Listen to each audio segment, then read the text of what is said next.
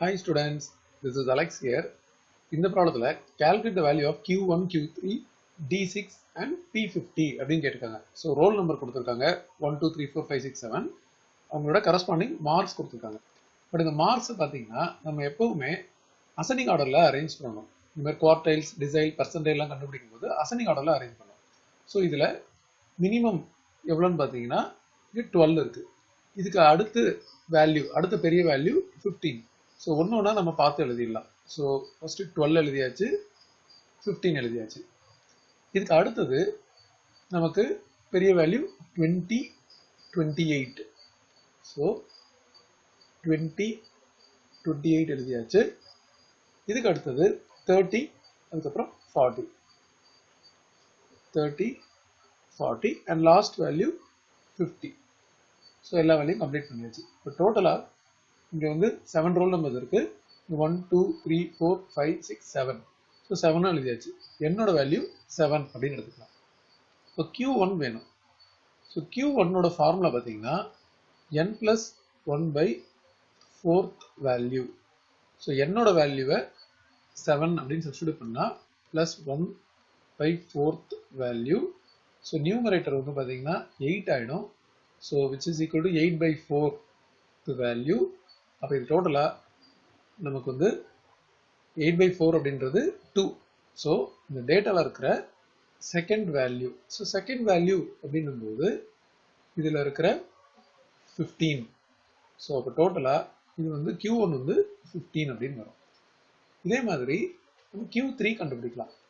So Q3 பார்த்தீங்கன்னா Q3 equal to 3 into n plus 1 by 4th value அப்படின்னு வரும்.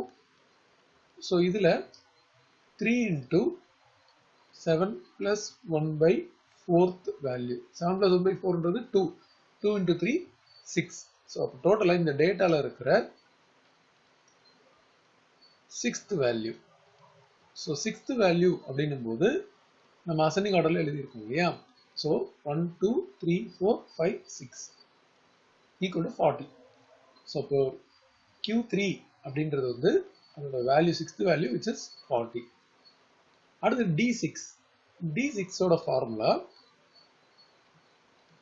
6 into n plus 1 by 10th value. So இது பார்த்தீங்கன்னா 6 இங்கே 7 plus 1 by 10 அப்படின்னு வந்துடும். இவ்வளோ வேல்யூ. அப்போ இது டோட்டலாக 6 into இது 8 ஆகிடும். 8 by 10 அப்படின்னா 10 டிவைட் பண்ணும்போது ஒரு டெசிமல் மூவ் ஆகும். இது 0.8. இதை இப்போ நம்ம மல்டிப்ளை பண்ண போகிறோம். 8 6 are 48. ஒரு டெசிமல் மூவ் பண்ணணும். 4.8 வேல்யூ. இதை நம்ம அப்ராக்சிமேட் பண்ணும்போது 4.8 அப்படின்றத 5 ஆகிடும். ஸோ அப்போ நம்ம டேட்டாவில் இருக்கிற 5th வேல்யூ நம்ம எடுத்துக்க போகிறோம். ஏன்னா 4.8 வேல்யூ இங்கே கிடையாது. 4th வேல்யூ 5th வேல்யூ அப்படி தான் வரும். ஸோ 5th வேல்யூ அப்படின்போது 1, 2, 3, 4, 5. 5th வேல்யூ வந்து 30. ஸோ இந்த இடத்துல வந்து D6 அப்படின்றது 30 ஆயிடுச்சு. அடுத்தது அவங்க கேட்டிருக்கிறது P50.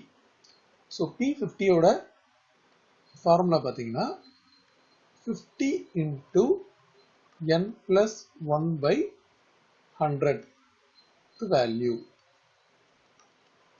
இப்போ இதை 50 into 7 plus 1 by 100 வேல்யூ அப்படின்னு வரும். இது கொஞ்சம் ஈஸி நம்பராக இருக்கிறனால இந்த 50யும் 100யும் கட் பண்ணுறது 2 வந்துடும். நியூமரேட்டரில் 8, 8 by 2, 4. அப்போ நமக்கு 4th வேல்யூ அப்படின்னு வரும். 4th வேல்யூ அப்படின்னும் போது நம்ம கொடுத்துருக்க இந்த டேட்டாவில் 1, 2, 3, 4. ஸோ 28. அவங்க கேட்ட P5 அப்படின்றது P50 அப்படின்றது 28.